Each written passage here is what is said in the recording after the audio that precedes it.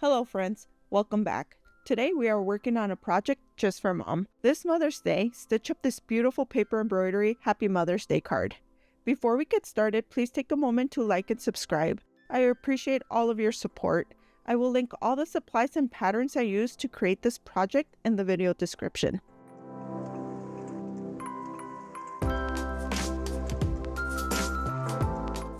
This project will require you to use all 3 needle points of your awl. Please refer to your pattern file for piercing instructions and thread count details. This design needs to be stitched in the following order. First, the branches, then the roses, then the leaves and tassel flowers, and then finally the lettering. Now, the lettering for mothers has its own stitching order. I'll share more when we get there.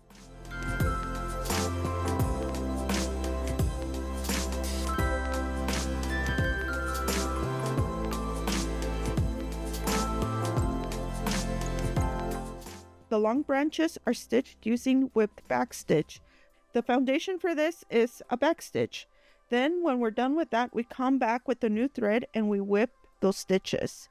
When you're done with the long branches, you could stitch up the short branches using straight stitches.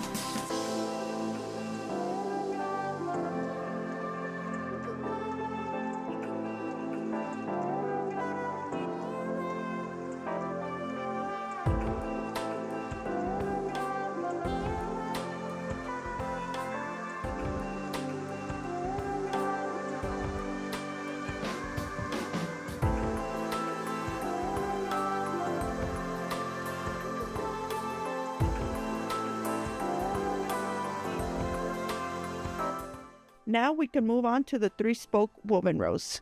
These cuties are very simple. Stitch 3 straight stitches fairly loose. You will be passing your needle below the spoke so you don't want them to be too snug. Come up one of the outer holes and pass your needle over and under each spoke for a few turns until your rosebud diameter reaches the edges of the outer perimeter holes. When weaving your thread through the spokes, use very light tension. Loose stitches will create a fuller and more relaxed flower.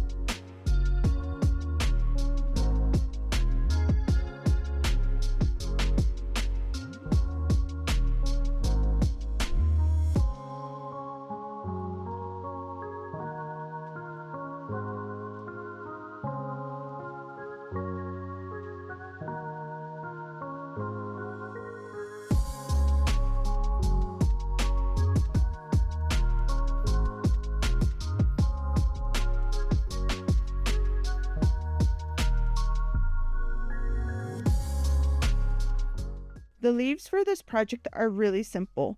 They are all straight stitches, but what I forgot to do, as you saw me do earlier, was to expand the base hole. I recommend using your fine needle point to create a hole, then use the heavy point to enlarge it. These holes don't need to be massive, just slightly larger so you can comfortably pass your thread as your stitches build up.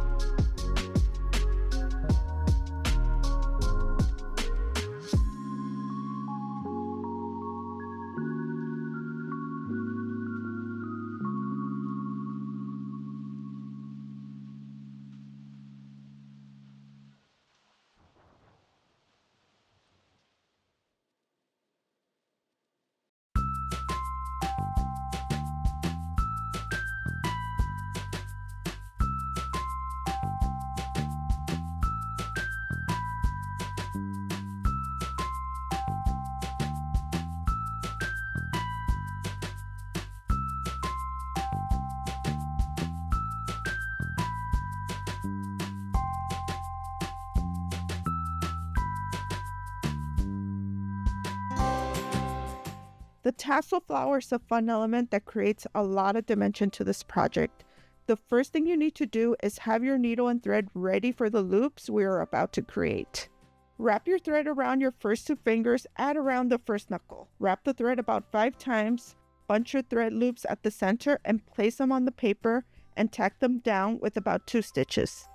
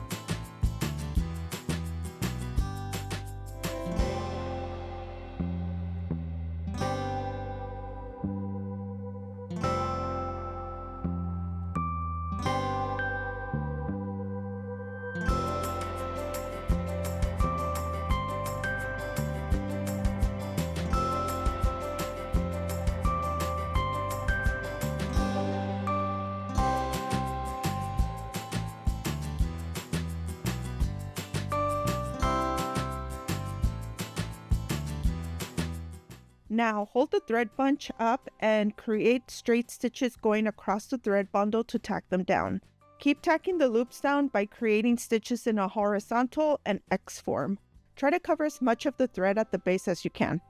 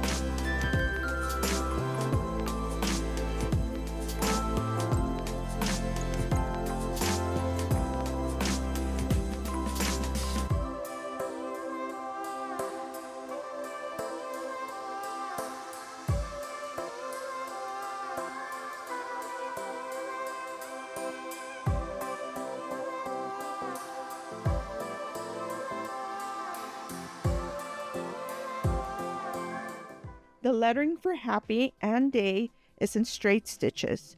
My tip for letters is to first stitch the crossbars and then do the outer lines. More holes are covered up this way.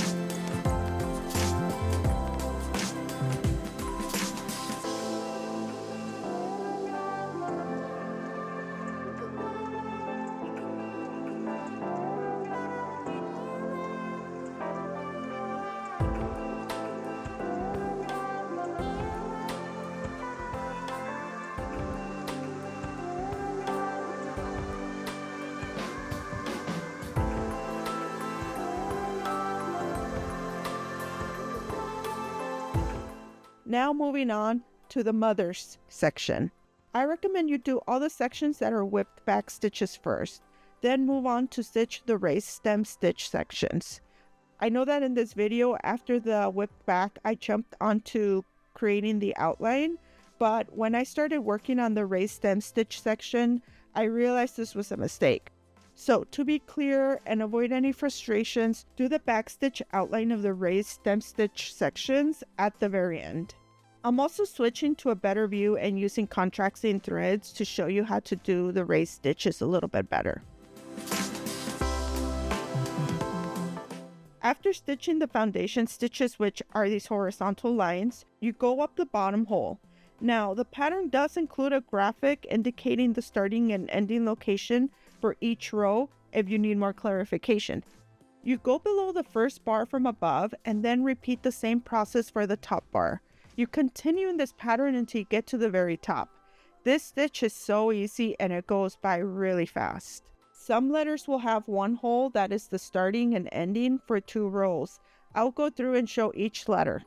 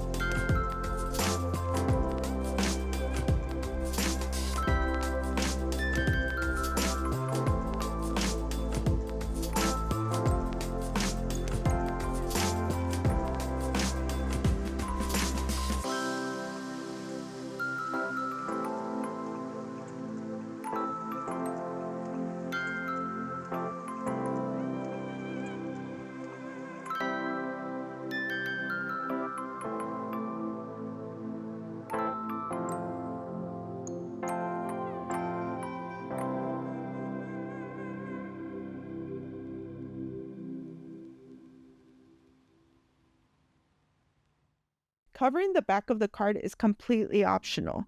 I have given cards with the thread ends exposed, and the recipients have always been blown away by it.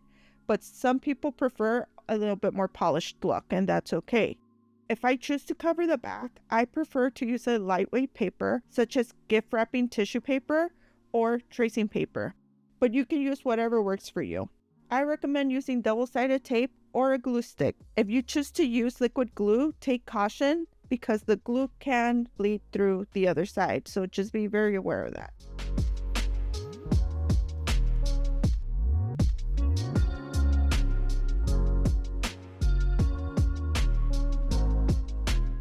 Cut your backer paper slightly oversized and align one edge to the center fold of the card as shown. Press the backer paper down and flip the card over. Now, you could use scissors to trim off the excess, or for a cleaner look, you could use a ruler and a craft knife like I do here.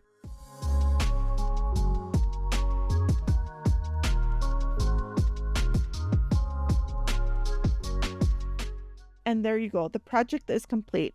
I hope you enjoyed this tutorial. If you have any questions, please write them below and I will be sure to respond. And one last reminder, you can find all the supplies and the patterns in the video description, or you could visit my shop at flourishingfibers.com. Have a lovely day. Until next time, keep on stitching. Bye.